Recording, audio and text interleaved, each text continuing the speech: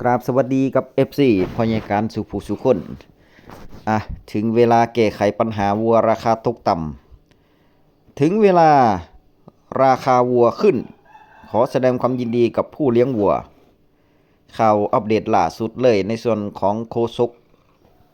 คณะรัฐบาลแพทองท่านชินวัตรเพิ่นได้ออกมาแถลงเมื่อวันที่22เมษาพี่น้องเมษาวะ22แมน22เมษาเพราะเดือนนี้เดือนเมษาเนาะพยาการคิดว่าเดือนพฤษภาแล้วเดือนเมษาเอ่อออกมาแถลงคณะประชุมการพิจารณาร่างพิจารณาในส่วนของสรุปครมนะครับเนาะที่ประชุมครมมาว่าครมได้มีความเห็นชอบแก้ไขปัญหาราคาวัวตกต่ำแล้วก็จะบรรนำเข้ามาในส่วนของเนื้อแดงของประเทศพม่าประเทศอเมริกาเนาะครับเนาะจะบรรนำเข้ามาพูดว่าเพื่อที่จะแก้ปัญหาราคาวัวน้ำเรื่องราคาวัวตกต่ำน้ำตัวนี้พี่น้องมื้อนี้วันที่28เนาะ28เมษายนก็มาติดตามผลว่าผลของราคาวัวบ่ว่าจะเป็นงัวเขียงงัวเนื้องัวขุนหรือว่างัวที่เกษตรกรเลี้ยงณปัจจุบันนี้ราคาณปัจจุบันนี้อัปเดตแล้วราคาก็ยังอยู่บ่ค่อยสูงเท่าใดเด้ราคาบ่ค่อยสูงเหมือน 2-3 ปีก่อนนะครับนะแต่ว่าราคาณปัจจุบันนี้ก็ถือว่าโอเคซื้อง่ายขายคล่องอยู่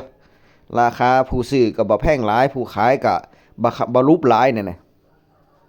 แต่ว่ามื้อก่อนหน้านั้น2มื้อที่ผ่านมาในห้อยเพิ่นมาให้ราคางัว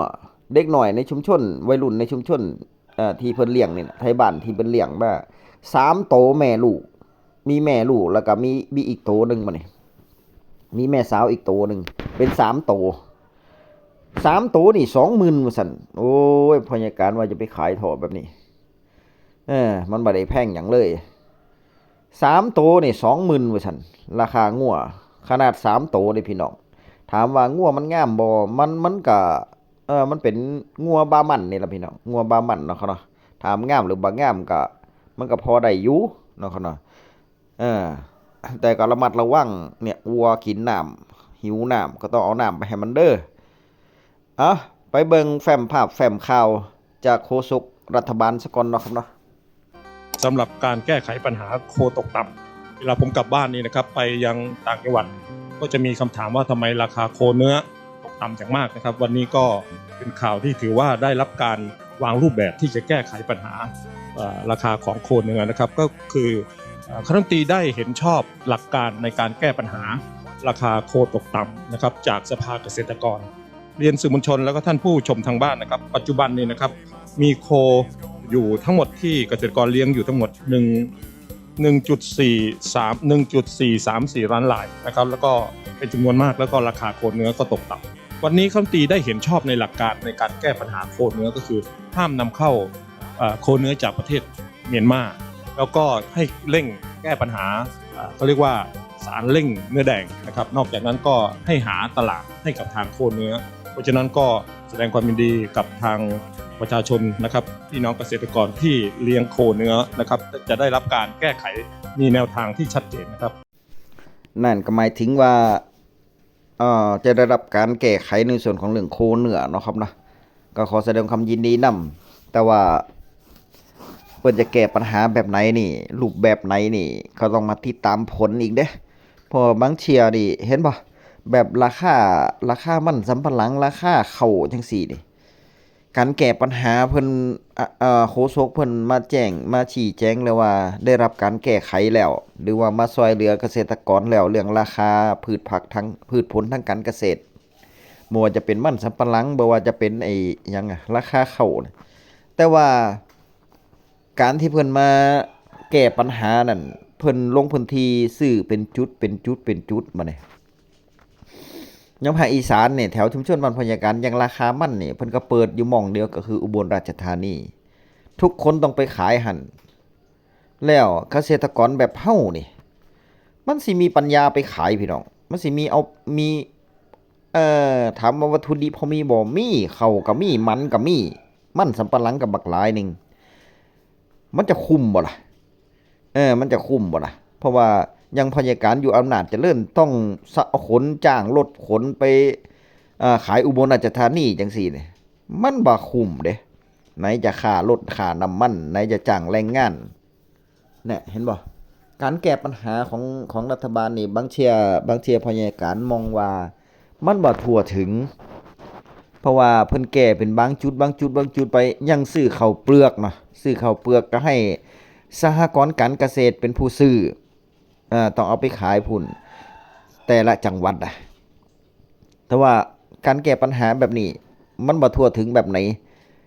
ถ้ารู้ว่าถึงราคาข้าวยังให้สหกรณ์การเกษตรเป็นผู้ซื้อแต่ว่าบ้านพ่อใหญ่การอำนาจเจริญสหกรณ์เป็นบ่ซื้อบัดนี้สหกรณ์บ่ซื้อถามแม่ป้าถือเป็นเฮ็ดงานอยู่ในสหกรณ์แล้วเพิ่นก็ว่าสหกรณ์บ่เปิดรับซื้อเพราะว่ามันยุ่งยากเพิ่นว่ามันยุ่งยากมันต้องไปรักษาข้าวรักษาน้ำไว้อีกว่าซั่นเพิ่นบ่ซื้อบัดนี้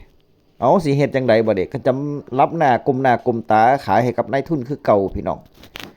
ราคาข้าวเนาะครับเนาะสรุปแล้วก็โดนเอารัดเอาเปรียบคือเก่านั่นแหละโดนเอารัดเอาเปรียบคือเก่าเนาะครับนะนี่ปัญหาของเกษตรกรบางที่นี่ผู้หลักผู้ใหญ่เพิ่นมองว่าถ้าแก้ปัญหาแบบนี้แล้วมันก็จะจบเนี่ยแต่ว่ามันถ้าแก้ปัญหาแบบนี้ถามว่าจบบ่มันบ่จบดอกเพราะว่ามันบ่ทั่วถึงนะครับนะนายทุนก็บ่ได้ไปควบคุมเขานายทุนลงสี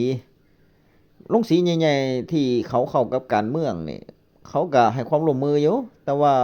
โรงสีน้อยๆหรือว่าร้านรับซื้อน้อยๆจังซี่นี่เขาก็บ่ได้เข้าเนาะเขาก็ซื้อตามที่เขาซื้อได้ถ้าเขาซื้อบ่ได้เขาก็ปิดโตยังบ่ต้องซื้อยังบ่เปิดซื้อรับซื้อนั่นน่ะเห็นบ่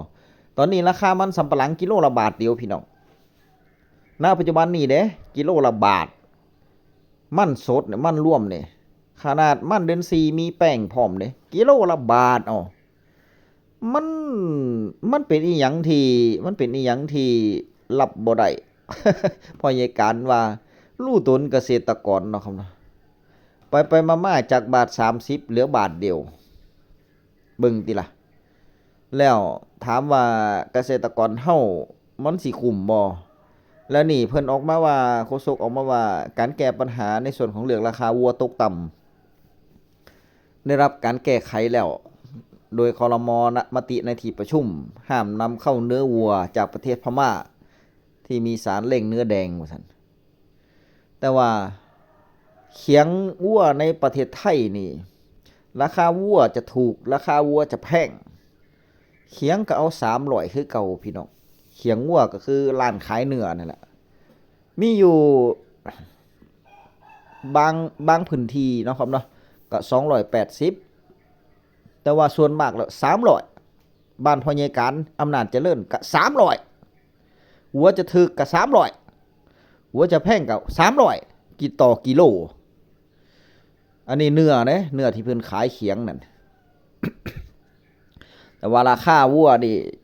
บ่ฮู้บ่รับรู้เรื่องตลาดจะสูงขึ้นไปก็300หัวราคาตัวละ5-6 หมื่นก็300วัวราคาตัวละหมื่นปลายฮอดหมื่นนี่ 7-8 พันก็300 ราคาคงที่เพิ่นเอิ้นว่าหยังมาตรฐานราคาเนื้อเขียงเนาะครับเนาะแต่ว่าเพิ่นรักษาคุณภาพเพิ่นดีเนาะเพราะว่างัวจะถึกจะแพงเพิ่นก็ขาย300คือเก่านั่นน่ะขาย300คือเก่า รักษาคุณภาพเพิ่นรักษามาตรฐานราคาเพิ่นดีนะแต่ว่าพ่อใหญ่การนำเสนอเด้ว่าถ้าวัวราคาตัวละหมื่นไป20,000นี่น่าจะลดลงเหลือกิโลละ200ก็พอเนาะครับเนาะบัวเพิ่นก็ซื้อวัวเป็นตัวมาฆ่านี่มาดมนี่มันก็บ่ได้แพงเนาะนะมันก็บ่ได้แพงตัวละ 7-8 พันก็มีแต่มาขายกิโลละ300ก็ได้กำไร3เท่าพุ่นแล้วแม่นอยู่มันกว่ามันจะได้ขายเบิดก็ยังว่าหั่นล่ะนะมันก็ต้องจ้างแรงงานไปล้มวัวเสร็จแล้วก็ต้องมายืนขายเบิดมื้อ ตั้งแต่เช้าแต่ตีสี่ตีสองตีสามนี่เพิ่นเปิดขายแล้วเด้ตีสองตีสามแล้วก็มาชำแหละให้กับเอ่อผู้บริโภคเนาะคนที่ไปซื้อบางเทียมีการมีงานเขาก็ไปซื้อแต่เช้าเหมาเลยก็มีที่นี่เพิ่นก็ชำแหละแบ่งจัดการให้มันเรียบร้อยทั้งเลาะกระดูกออกเลาะไอ้เครื่องในออกจังซี่นี่เพิ่นก็มาแยกเบิดแล้วถึงมาขายเป็นกิโลได้งามบางงามก็ไปเลือกเอาได้นั่นนะ ก็เห็นใจทั้งสองฝ่ายนั่นแหละทั้งผู้บริโภคแล้วก็ผู้ค้าผู้ขายนะครับเนาะทั้งนี้ทั้งนั้นก็แต่ว่าพอใหญ่กันก็อยากจะขอให้ลดราคาลงแน่เนาะครับเนาะจาก300เป็น250ได้บ่จังซี่นั่น200หรือ250ได้บ่เนี่ยเพราะว่าตอนนี้งูอัวมันก็บ่ได้แพงแล้วนะตลาดวัวตลาดเขียงทั้งหลายนี่เนาะครับเนาะถ้าเป็นไปได้เด้ถ้าเป็นไปได้หรือว่ามันเปลืองค่าไฟค่าแรงงานค่าหยังบ่มันบ่คุ้มจังซี่ก็เอาก็ว่ากันไปว่ากันไปก็มารอลุ้นรอเบิ่งการติดตามพี่น้องว่าราคาวัวณปัจจุบันนี้บ่จะเป็นงัวขุนหรือว่างัวที่ชำแหละเป็นเนื้อเนาะครับเนาะเรื่องราคางัวนี่ว่ามันจะขึ้นไปอีกส่ำใดหรือว่ามันจะส่ำเก่าในเมื่อโฆษกรัฐบาลประกาศแบบนี้ได้ควบคุมนายทุนบ่ผู้ค้าผู้ขายเนี่ยได้ควบคุมบ่ได้เข้ามาเบิ่งมาแย่งบ่ว่าเขาซื้อไปเป็นไปตามกลไกการตลาดที่รัฐบาลกำหนดบ่นั่นน่ะบ่แม่นว่าบ่มีไผมาควบคุมบ่มีไผมาเบิ่งเรื่องราคาก็คือโฆษกออกมาเว้าแล้วก็แล้วถ้าเป็นแบบนั้นบ่มีประโยชน์หยังเลยแม่นบ่พี่น้องบ่มีประโยชน์หยังเลยนายห้อยมาซื้องัวก็ราคาส่ำเก่ากดเอาคือเก่ากดเอาคือเก่าซึ่งความทุกข์มันมาตกอยู่กับเกษตรกรผู้เลี้ยงงัวเด้เพราะอย่างการว่าเลี้ยงมาเป็นปีๆบ่ได้กว่าจะได้ขายงัวน่ะบ่แม่นเลี้ยงมื้อ2มื้อเดือน2เดือนเลี้ยงมาเป็นปีๆพุ่นบางเที่ยเลี้ยงมาเบิดปีบ่ได้กำไรแม้แต่บาทเดียวก็มีแต่ว่าความทุกข์อยู่กับเกษตรกรผู้เลี้ยงงัวหาหญ้าหาไนหาอาหารให้งัวโอ้ยทุกข์กระดอกกระเดียก็มีแต่ว่ามันก็ต้องเลี้ยงบางเที่ยก็เลี้ยงเอาขี้ใส่ให้หน้าเอาขี้ใส่หน้าแน่หรือว่าเลี้ยงพอได้ยามฉุกเฉินมาเนาะครับเนาะคอมเมนต์มาเว้ากันพี่น้องราคางัวเป็นจังไดคลิปหน้าพบกันใหม่คลิปนี้สวัสดีครับ